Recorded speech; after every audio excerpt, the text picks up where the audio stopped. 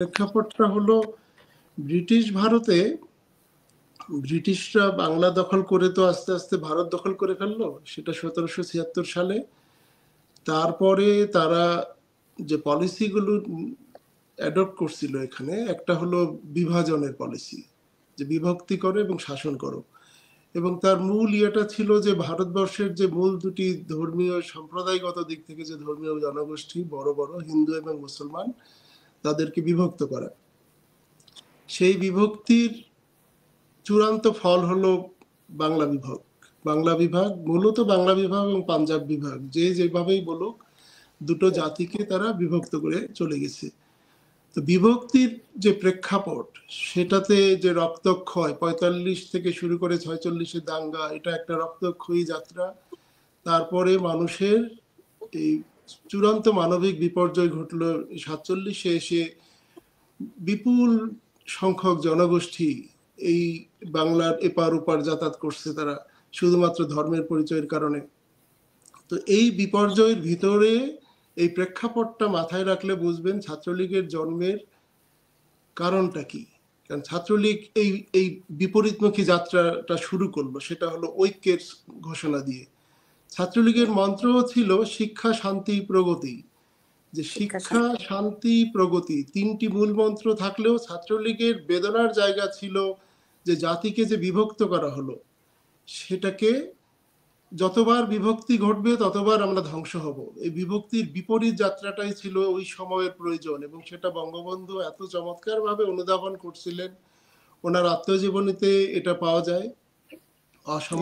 অসমাপ্ত আত্মজীবনী পড়েছেন, দেখবেন ওনার এই যে হিন্দু মুসলমানের ভিতরে যে বিভক্তিটা, এটা যে কতটা বেদনাদায়ক একটা ঘটনা, উনি যেভাবে অনুভব করছেন সেই অনুভবের জায়গা থেকে ওই প্রেক্ষাপটের ভিতরে দাঁড়িয়ে ছাত্রলীগের জন্ম। ছাত্রলীগ ঐক্যের কথা বলতে আসলো, যে না, আমাদের মধ্যে এই যে ধর্মীয় সম্প্রদায়গত কোনো বিভেদ নাই, আমরা একটা জাতি, সেটা হলো বাঙালি জাতি।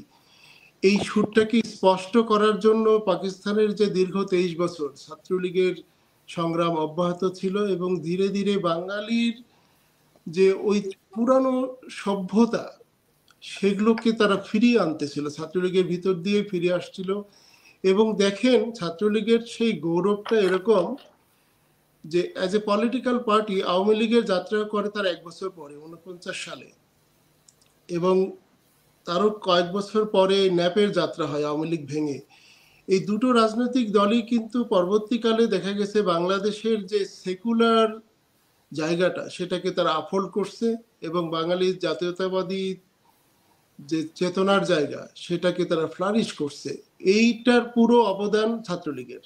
কারণ ছাত্রলীগের জন্ম না হলে রাজনীতির ভিতরে যে অসাম্প্রদায়িক একটা বিষয় আছে, ঐক্যের একটা বিষয় আছে, সাম্প্রদায়িক বিভাজনকে যে দূরে ঠেলে দিয়ে একটা নবযাত্রা করা যায়, সেই জায়গাগুলির সূচনা ছাত্রলীগ করে দিল 1948 সালে। তো সেখান থেকে ছাত্রলীগের সব থেকে বড় অর্জন হলো এই বাংলাদেশ। কারণ বাংলাদেশের জন্মই হয়েছে হলো সেই বিভাজনের বিপরীতে ঐক্যের একটা জায়গা থেকে, মানে কমপ্লিটলি কন্ট্রাস্ট। অনেকে ইদানিং বলার চেষ্টা করে 47-কে আমরা ভুলে গেছি। 47-কে আমরা ভুলবো কেন? এত রক্তাক্ত, এত বেদনাদায়ক একটা অধ্যায় জাতির জীবনে তো আসে নাই, এত বিভক্তি জাতির জীবনে আসে নাই।